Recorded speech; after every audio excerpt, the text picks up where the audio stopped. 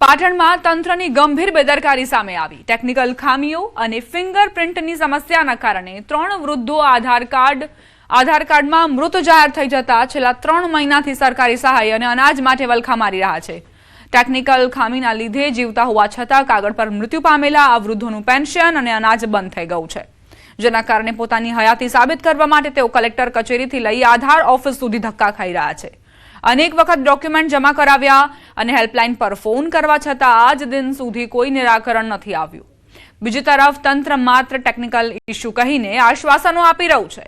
एकलवायु जीवन जीवता वृद्धों माटे सरकारी सिस्टमनी एक नानी भूल भारे मुश्केलीनो सामनो करवा मजबूर बनावी रही है। आ वृद्धों और पाड़ोशीओनी मांग है कि तंत्र द्वारा वहेली तके आ समस्याનું निराकरण लाववामां आवे। धक्का 3-4 वखत खाई ये लोग के थशे पछी हमणे आल्યું તું મેં કે તમે અમદાવાદ જો કે છો। હવે અમદાવાદ તમે ભણેલા નહીં સાહેબ કે જોયું ના કોશીને અમે જઈએ।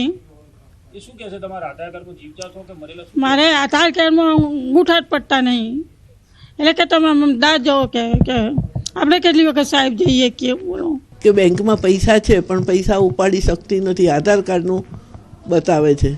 એટલે બધે મારે આધાર કાર્ડ, આજે હું ટ્રેનમાં જાઉં તોય પણ મને આધાર કાર્ડ બતાવવું પડે છે। એટલે હવે હું શું કરું, એટલે હું મૂંઝાઈ। એટલે હું કલેક્ટર ઓફિસમાં ગઈને કલેક્ટર ઓફિસવાળાએ મને એવું કીધું કે બેન તમને મૃતક જાહેર કર્યા છે કે છે। હવે એટલે હું આવી ફફડી, હજી આજની તારીખ સુધી મને બીપી રહે છે। હું બીપીની ગોળીઓ લઉં ત્યારે હું ઊભી થઈ શકું છું। આ ઉંમર લાયક 73 વર્ષના બા છે, પોતે બિચારા એકલા લડત આપીને દોડ કરે છે। તો મારા સરકારમાં એટલું કહેવું છે કે આવા ગરડા લોકો માટે ઘરે આવે અને આવી તપાસ કરે। આ વસ્તુ એવું છે કે એમને પેન્શન આવ્યું છે પણ પોતે પૈસા ઉપાડી શકતા નથી। એક તો નિરાધાર છે, નથી એમને દીકરો કે પતિ, તો એ પૈસા વગર કેવી રીતના 2 મહિનાથી ચલાવે છે એ અમે બધા બાજુમાં રહીએ છીએ એટલે અમને જાણ છે। તો સરકારને એટલી વિનંતી કે એમનું આધાર કાર્ડ ચાલુ કરી દો। અરજદારો તરફથી જે માહિતી મળી છે કે આવી રીતે ટેકનિકલ આધારમાં ઇસ્યુના કારણે 4 વ્યક્તિઓનું પેન્ડિંગ છે, તો એ બાબતે યુઆઈડીના અધિકારી સાથે અમારે મૌખિક વાત થઈ છે અને એ બાબતે અમે ટેકનિકલ જે પણ છે એ પ્રશ્નોનો સોલ્યુશન કરી અને બનતી ત્વરાએ એમનું કામ થઈ જાય, આધાર કાર્ડમાં કામ થઈને એમને તમામ સર્વિસ મળી જાય એ બાબતે અમે પ્રયત્ન કરીશું અને એમની હાલાકી જલ્દી તંત્ર તરફથી દૂર કરવામાં આવશે। પંચમહાલ જિલ્લાના ઘોગંબાની સરકારી શાળાના બાળકો ઓરડાના અભાવે ખુલ્લામાં ભણવા મજબૂર બન્યા છે। પંચમહાલ જિલ્લાના ઘોગંબા તાલુકાની રાણીપુરા મુખ્ય પ્રાથમિક શાળામાં પાયાની સુવિધાઓના અભાવે વિદ્યાર્થીઓનું ભવિષ્ય જોખમાઈ રહ્યું છે। શાળામાં 300થી વધુ બાળકો અભ્યાસ કરે છે, પરંતુ જૂના જર્જરિત ઓરડા તોડી પડાયા બાદ નવા ઓરડાનું કામ શરૂ ન થતા બાળકોને ખુલ્લામાં બેસીને અભ્યાસ કરવાની ફરજ પડી રહી છે। આ ઉપરાંત એક જ ઓરડામાં 2 ધોરણના વિદ્યાર્થીઓને બેસાડવા આવતા હોવાથી શિક્ષણ કાર્ય પર પણ માઠી અસર પડી રહી છે, જેને લઈને વાલીઓમાં ભારે રોષ વ્યાપ્યો છે।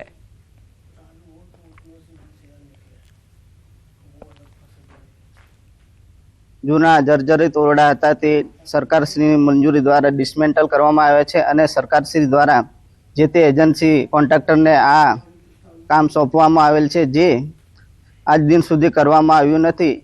હવે અમારા બાળકોને ભણવામાં બહુ તકલીફ પડે છે, બેસવામાં તકલીફ પડે છે। જે તે એજન્સીને કામ આપેલ છે તે એજન્સીએ આજ સુધી કામ પૂર્ણ કરેલ નથી અને કામની શરૂઆત જ નથી કરેલ। એટલા માટે અહીંયાના અમારા બાળકોને અભ્યાસમાં તકલીફ પડે છે। એટલા માટે અમારી સરકારશ્રીને માંગ છે કે આ સ્કૂલનું કામ ઝડપી રીતે શરૂ કરાવે। આજે મંજૂરી આપીને લગભગ બહુ સમય થઈ ગયો અને એ મંજૂરી મળ્યા પછી જે તે કોન્ટ્રાક્ટરને કામ આપ્યું છે એ કોન્ટ્રાક્ટર અમે 30 વર્ષથી વાટ જોતા હતા। આજે એ કોન્ટ્રાક્ટર બી આજે અમને 4 મહિનાથી ગોળ ફેર્યા કરે છે। આજે ની કાલે ની આજે લગભગ 4 મહિનાથી અમને એ ગોળ ફેર્યા કરે છે અને કામ અહીંયા ચાલુ કરતો નથી। તો અમારી સરકારશ્રીને એવી માંગ છે કે વહેલી તકે કામ ચાલુ કરાવો। બીજી તરફ સરકાર દ્વારા તો નવા 8 ઓરડા મંજૂર કરી એજન્સીને કોન્ટ્રાક્ટ આપવામાં આવ્યો છે, છતાં એજન્સી સંચાલકની મનમાની અને બહાનાબાજીના કારણે છેલ્લા 3 મહિનાથી કામગીરી ઠપ છે। વાલીઓનો આક્ષેપ છે કે તમામ સુવિધાઓ છતાં કામ શરૂ કરવામાં નથી આવતું। આ અંગે શાળાના આચાર્ય દ્વારા પણ અનેક વખત રજૂઆતો કરાઈ છે, છતાં આજ દિન સુધી કામ ચાલુ કરવામાં નથી આવ્યું, જેને લઈ ગ્રામજનોએ ચીમકી ઉચ્ચારી છે કે જો વહેલી તકે એજન્સી બદલીને કામ પૂર્ણ કરવામાં નહીં આવે તો તેઓ આગામી વર્ષથી પોતાના બાળકોને શાળાએ મોકલવાનું બંધ કરી દેશે. આગામી સમયમાં હવે ઉનાળો આવશે, વેકેશન પછી ચોમાસું આવશે તો એમાં પણ અમને ખૂબ તકલીફ પડે એવું લાગી રહ્યું છે અને વાલીઓ અને ગ્રામજનોને પણ એવું લાગે છે.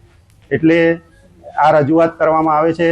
અને જો આ એજન્સી કામ વહેલી તકે ના કરે તો ગ્રામ લોકોની એવી માગણી છે કે નવી એજન્સી બીજી કોઈ જે ઝડપથી કામ શરૂ કરી શકે એને સોંપવામાં આવે અને બાળકોને જે તકલીફ પડી રહી છે, શાળામાં જે અગવડ પડી રહી છે રૂમના અભાવે, એ દૂર થાય, જે કામ વહેલી તકે શરૂ થાય એવી સૌની માગણી અને લાગણી છે. આણંદના ઉમરેઠ તાલુકાના ધુળેટા ગામમાં કરુણ ઘટના બની છે. સગીરની એક ભૂલ અને એક ક્ષણની ઉત્સુકતાએ આખા પરિવારને વિખેરી નાખ્યો. સગીર પાડોશી મહિલાને સ્નાન કરતા જોતો હતો. તેની જાણ થતાં મહિલાએ ઉહાપો મચાવ્યો હતો.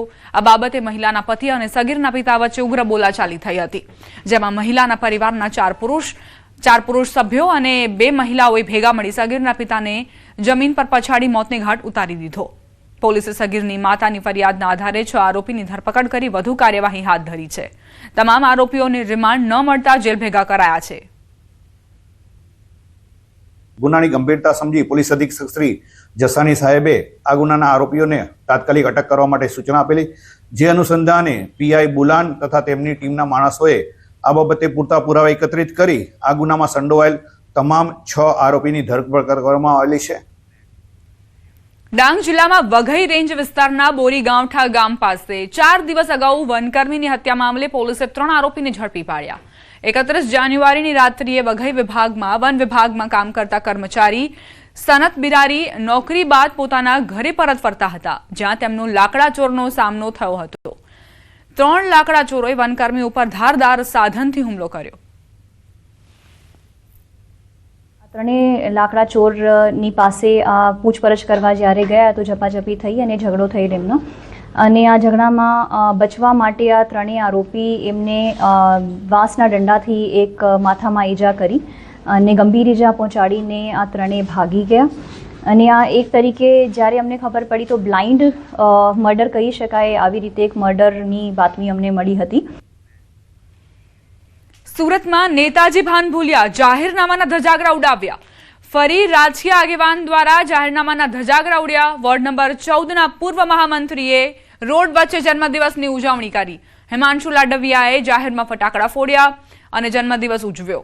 આતશબાજીની ઘટનાનો વિડીયો સામે આવ્યો છે.